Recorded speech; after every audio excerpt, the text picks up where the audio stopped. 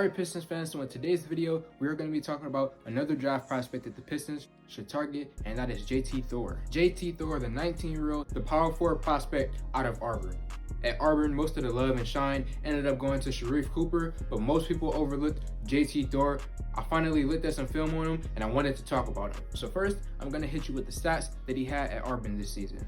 He averaged 9 points, 5 rebounds, and 1.5 blocks, with 74% from the free throw line and 30% from the three-point line. So when you first look at the numbers, they don't look the greatest, but as I talk about more of the things that I like about him as a player, you're gonna understand why the Pistons should probably target someone like him in the second round. And then also, according to NBADraft.net, they have him projected 65th. And with us having 3 second-round picks, it's going to be easy to get him late in the draft. Unless another team ends up looking at him and thinks he's a gem, I think we're going to easily be able to get someone like him. So the first positive thing that I'm going to say about him is his mobility. Again, as I said earlier, with him being 205 pounds, that means that he doesn't have a lot of weight to him. He's like the size of your average point guard in the NBA. So his mobility, top tier. He can move up and down the floor with ease. 6'11", 205 pounds, mobility, can move up and down the floor. On defense, you won't have any problem keeping up with these young, quick point guards. You won't have any problem going against those guys just because he's pretty freaking mobile. The next thing that I'm going to talk about is defense/defensive potential.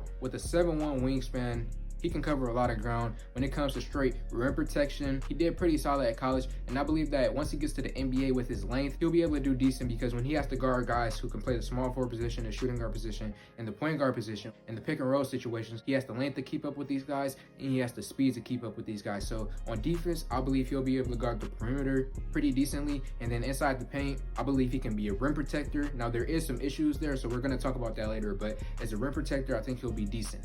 And then the last positive thing that I'm going to say about him is just straight potential. This dude, when you look at a player like Giannis who came into the league, who was very skinny but just had skills and athleticism and potential, that gives you hope for any young player who doesn't have a good frame yet. When I look at someone like JT Thor, I'm not comparing him to Giannis, but in terms of the idea of this dude being young, having the right skills to him, having the right height, but all he's missing is the body. That's something that potentially could get there. But now we're moving on to the negative portion of the video, so let's talk about his weight. And as I said, he has defensive potential, but there is some concerns with that defense.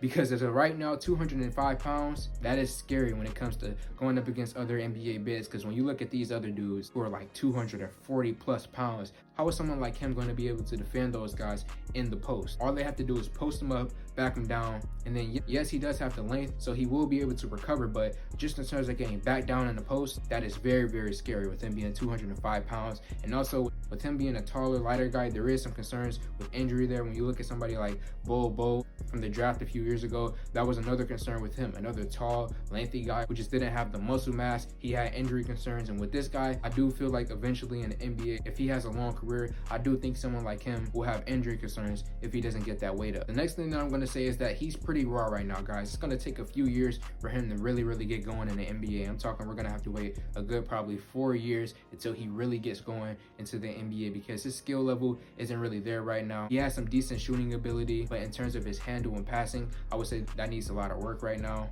And they're only averaging 9 points. That goes into it as well. His offensive skill just needs to get better. But I did want to quickly mention that he did have a 24-point game against Kentucky, so that is something that I really did like about him.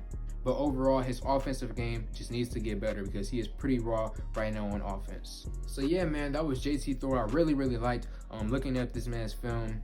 Him being a 6'11" dude and him only being 205 pounds, it was just really fun to watch him move up and down the court, because when you look at most power forwards, you have your mixed bag of guys who are mobile and guys who aren't mobile. For example, you have someone like Derek Favors, who's a power forward who's not mobile, and then you have someone like JT Thor, who is a power forward and is mobile. Like, most of them have decent mobility, but a lot of them can't really move up and down the floor. But watching this man, he can move up and down the floor with ease, and it was just fun watching him play basketball.